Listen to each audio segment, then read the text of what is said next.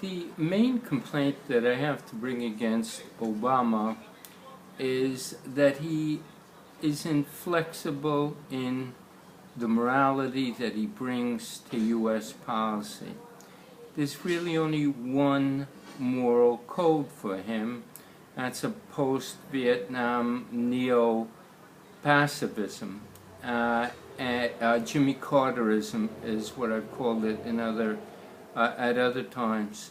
And that's the code, and he brings it everywhere. And the error is that there are many moral universes. It's not an infinite number of universes, it's definitely finite, but there are multiple universes, each one of which has a different code. And it's clear to common sense when we look at it. If you're in a war, you kill a man, that is not murder. Of course, if in peacetime you kill that man, same man, and it is murder. But in war, it's not murder, because context is everything, and there are different codes that apply to different contexts. We react so strongly to Les Miserables because stealing bread to feed your starving child should not be punished as stealing. In other contexts, it might be stealing, but to steal to feed your starving child is not, in that context, what we consider to be stealing. And therefore, it's an injustice, and we react strongly to it. Different contexts, different rules. Government uses, a state uses Machiavellian strategy when it goes to the international sphere, in the sense that it applies a set of rules that it would not apply domestically, sometimes in direct contradiction to what it would do domestically. That's not hypocrisy. That's that a different set of rules applies. The rules that apply internationally are ones that are driven by pragmatism and self-interest, almost purely. They may be on a secondary level modified by moral considerations, but those would be on a secondary level. The primary level has got to be pragmatism and self-interest. That's not what happens when we come to the domestic sphere. There we have things which we will uphold, even if they aren't short-term in some interest, for some interest. We'll protect privacy even though it may allow some things to get done that we consider to be harmful. It is not, because our considerations are not entirely self-interest in the domestic sphere.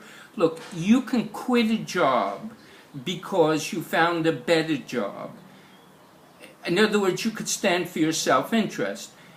All you need to do is have found a better job, and you quit your job. But you don't quit a marriage casually. You don't, and in Jewish law, you can't quit a marriage because you found a better partner. For instance, that would be immoral. It's a serious matter to divorce, but you can divorce. It's just a different standard. You have a different standard there. It's a different context. You apply a different rule. When it comes to a child, there's almost no condition in which you can divorce a child, particularly a minor child. It doesn't matter what your self-interest is at that level. We have a different issue here. It's a different sphere. And self-interest is not the driving, cannot be the driving thing. But in many other contexts, it may be. Different contexts have different rules. When we go to the table with China or Russia, they are playing by the rules of realpolitik, and they know how to do it very well, very adept at it. And if we go like Jimmy Carter, like Barack Obama, we're in very bad shape. they make fools of us. Syria is a marvelous case in point. Not only do they make fools of us, which is important for our morale, for our power, for getting stuff done about trade and trade secrets, all kinds of stuff. They play with us as if we are the weaklings we are. But it does tremendous harm, material harm. Look, Syria lost 100,000, close to 100,000 people. We would have saved 50,000 souls if we had given the Syrian rebels something to even it out so that the Syrian Air Force and artillery couldn't wreak such savage harm on the civilian population. We could have saved 50, 60,000 souls. And our pacifism, our pusilescence here, was the main reason, or was a reason, why the cost in civilian lives is so high. And it's hugely ironic that this was driven by what people here thought was a moral motivation, and Obama believes it's moral motivation.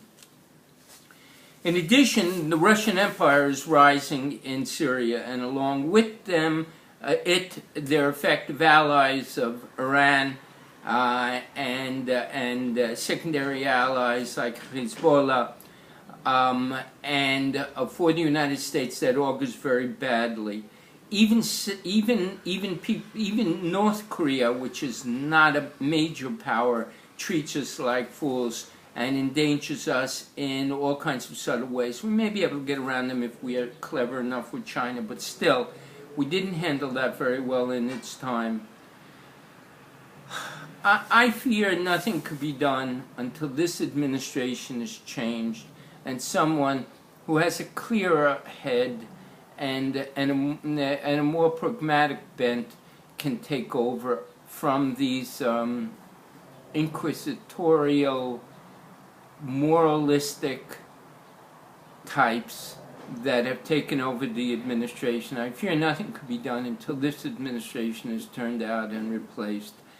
I fear for America if these things drag on.